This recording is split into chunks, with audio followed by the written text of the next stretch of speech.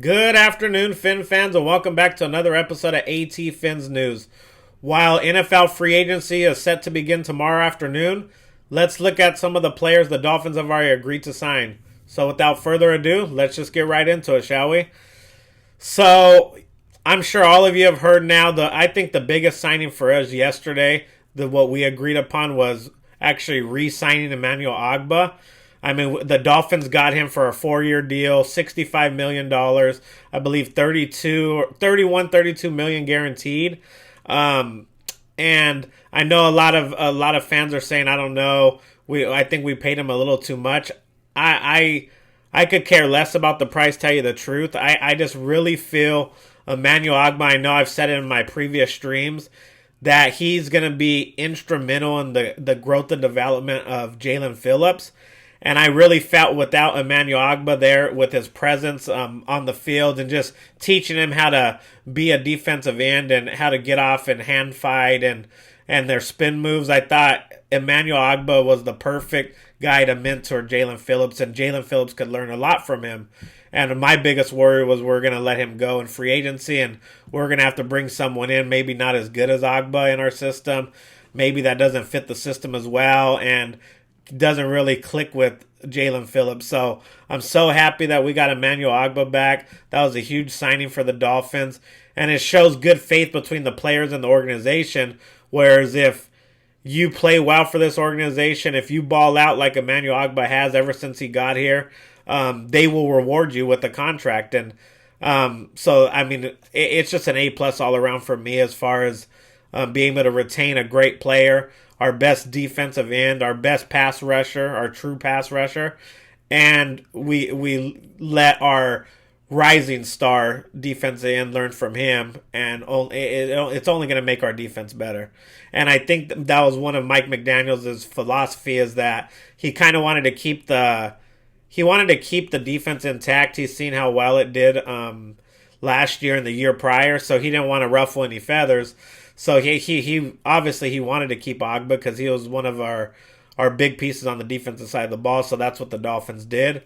Another player that we re-signed, which was kind of surprising to me, just because he's been injured more often than not. But we did re-sign Preston Williams.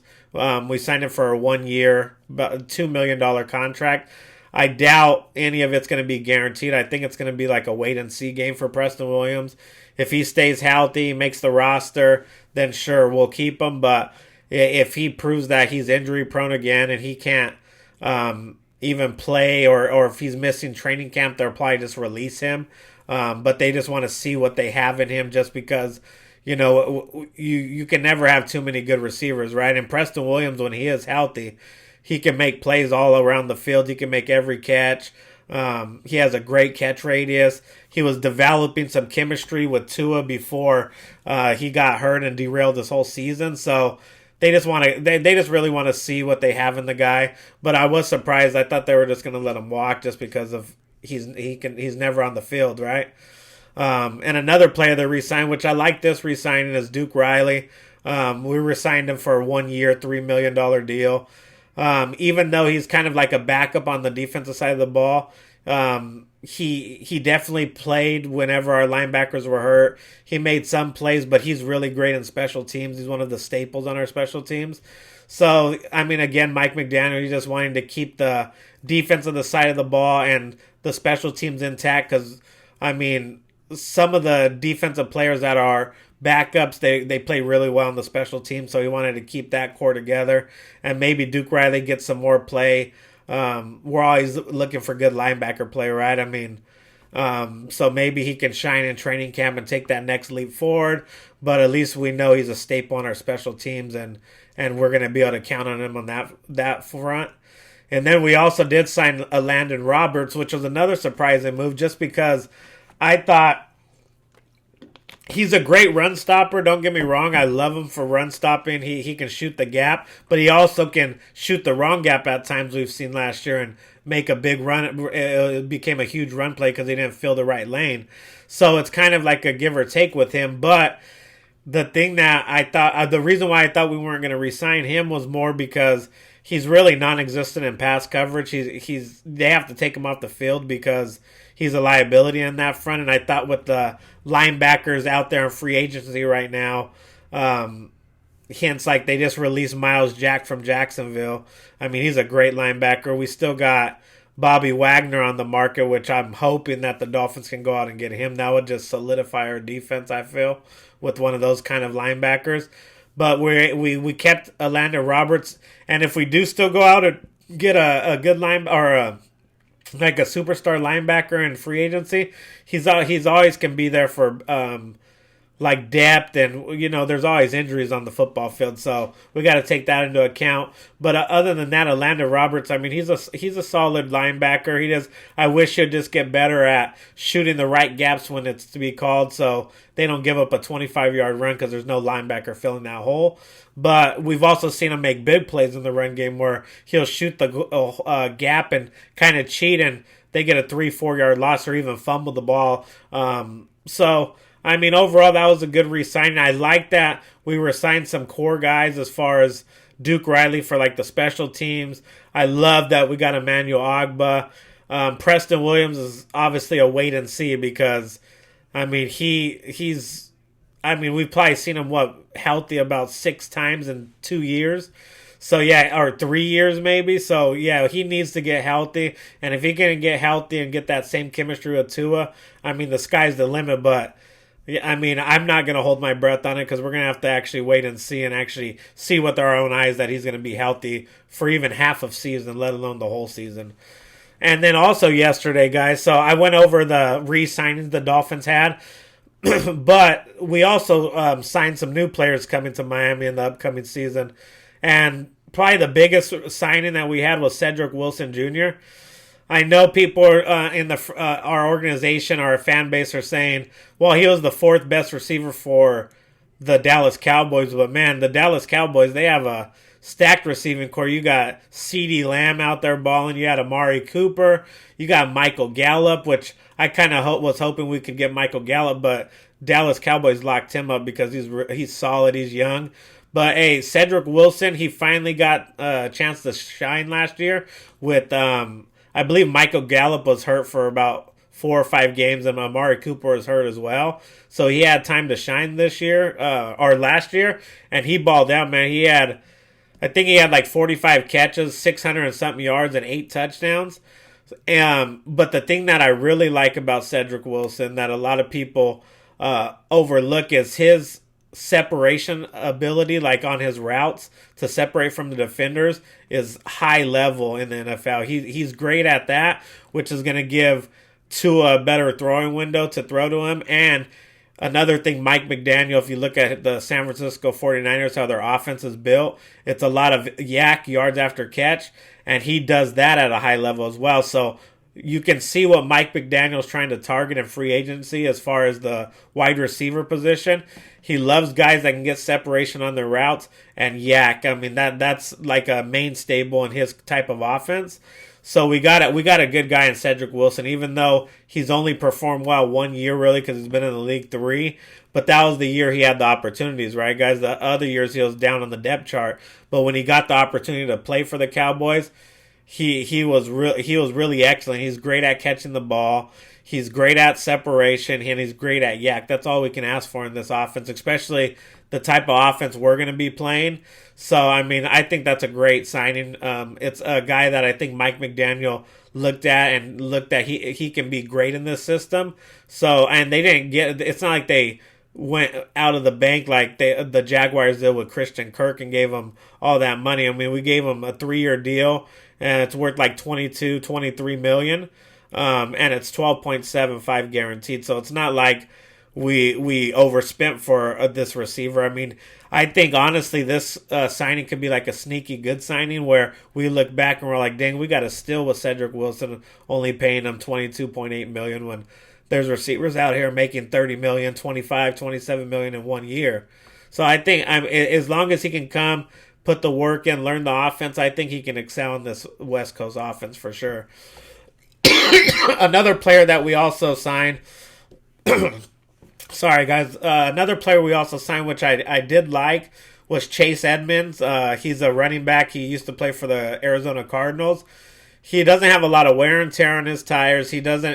he's never asked to really run the ball that much. Last year, he had the most carries he's had in his whole career. I believe it was like 101 carries. But he's good at multiple things in the backfield. I think he's a change of pace back. I don't think he's going to be your bow cow, but he also is really good and excels at catching the ball in the backfield. So that's going to be a good thing for this offense, especially Mike McDaniel's offense, just so they always have an outlet to a running back in their system. If you watch the 49ers play with Jimmy G, and they get it out to the running back, and he can run for 15, 20 yards and make one man miss, and there you have it. I mean, with the Chase Edmonds, that's the kind of back you're going to get. I don't see him as being like our bow cow by any means. I still think, I would love to keep Duke Johnson. I thought he ran really hard for us last year, but I still think they're probably going to go out in the draft and get a running back in the 3rd round or 4th round. But I think Chase Edmonds a good signing for what we got him for, like 2 years, $13 million. Not too bad. He can be a game changer as far as catching the ball in the backfield. So we'll see how Mike McDaniel chooses to use him. But overall, I thought that was a pretty good signing. And then, when we're at the Dolphins were at the combine and they were asking Mike McDaniel about the quarterback position and Chris Greer, they kept saying that they're in the market for a veteran backup quarterback. And I don't think you can get much better as far as a backup quarterback than Teddy Bridgewater. Teddy Bridgewater was a starter in this league. He started for the Vikings before he got injured with that devastating injury, but he played really well with the Vikings. He played really well in a backup role for the Saints when they needed him when Drew Brees was hurt. He played decent with the Broncos up until he got hurt, but he can come in for the Dolphins and win games in case, because the last 2 years, Tua's been out of the lineup for multiple games in both years. So if we're going to need a solid backup, and they addressed that need yesterday with Teddy Bridgewater. He signed a one-year deal, but we'll take him, man. That's a guy. He's a huge upgrade over. He's just way better than Jacoby Brissett as far as fundamentals, athleticism, reading the fields. I think he's just way better than Brissett. So I'm happy the Dolphins addressed that veteran quarterback for our backup role, just in case, like I said, Tua gets hurt, because you never know, he can get hurt, especially with the developing O-line and him just missing some time from time to time. But I really like that signing for sure. And then today everyone wanting our linemen. We need linemen. We finally got Connor Williams. He's a guard from the Dallas Cowboys. A lot of people in the national media say Connor Williams was like the weakest link on the Cowboys line. But, man, our line was so bad last year that any improvement's going to be great improvement, right? So we got Connor Williams. He's going to help out in pass blocking and run blocking. The good thing about him, he's versatile. He actually played tackle in Texas, I believe, when he was in college. So he's definitely going to get a chance to start either at guard or tackle for us. I would probably say more as a guard than a tackle, but hey, you never know with the line that we have. I'm still hoping that we go out and get a big name tackle. I would really love us to go get La'Leo Collins from the Cowboys. They are saying they were going to release him, but I would try to get a 6th round pick and get him for $10 million a year. That's the route I would go. Take Collins and maybe go get the center that the Browns just released today, which is a really top level center, and not pay so much for Armstead from the Saints. He's going to take like $22-23 million a year, maybe even more. And if you look at it, his career, he's always been hurt. He's never played a full year. So why pay so much for a guy that's not going to be healthy when it really matters, when you're trying to make a deep run in the playoffs or trying to even get there? I would rather get, I would say Collins as a tackle, and then maybe even get like Eric Fisher. He's an old veteran. He's not going to cost a lot at all. And then you got Connor Williams, you got Robert Hunt. Now we're starting to make a line that's can do some things in the trenches, and we're going to have to build the trenches, guys, in order to be successful on any team, especially a team with a young quarterback. So I like Connor Williams signing. He's going to come right in and battle it out, and you know he's going to be a starter on this line, either at guard or tackle. That's going to be the real question. But at least we address something on our offensive line.